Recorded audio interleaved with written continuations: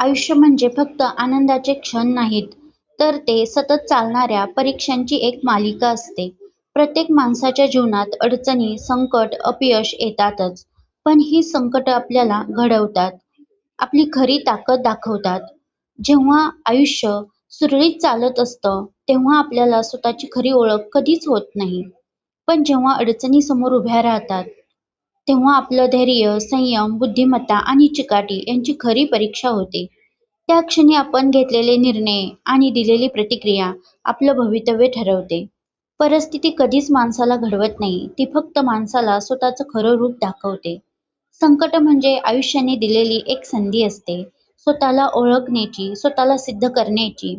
त्यामुळे संकटांपासून पळून जाण्याऐवजी त्यांना सामोरं जाणं अधिक महत्त्वाचं ठरतं.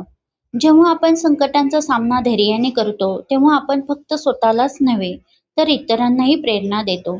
समाज आपल्याकडे पाहतो, आपल्याकडून शिकतो.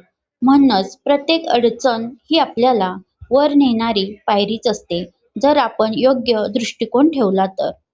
खरं तर आयुष्याची खरी परीक्षा यशात नाही, तर अपयशात असते. कारण यश आपल्याला आनंद देते, पण अपयश आपल्याला शिकवतं आणि जो शिकतो तोच पुढे जाऊन खऱ्या अर्थाने यशस्वी होतो. माझ्याही आयुष्यात असा एक काळ आला होता. तो फक्त दारात थांबला नाही, तर थेट मनावर वार करून गेला. अनेकदा मी स्वतःलाच प्रश्न विचारायची, हे सगळं कधी संपणार का? कधी वाटायचं, हा अंधार कायमचाच तर नाही ना? पण काळ थांबत नाही, तो हळूहळू पुढे सरकतोच. आणि एक दिवस लक्षात आलं, तो कठीण काळ मागे सरकला आहे. आयुष्यातला संकटांचा पूर ओसरला आहे. त्या पुरात खूप काही वाहून गेलं. अनेक बोचरी नाती, खोट्या आशा, निष्फळ योजना, चुकीचे मार्ग, निरर्थक विचार.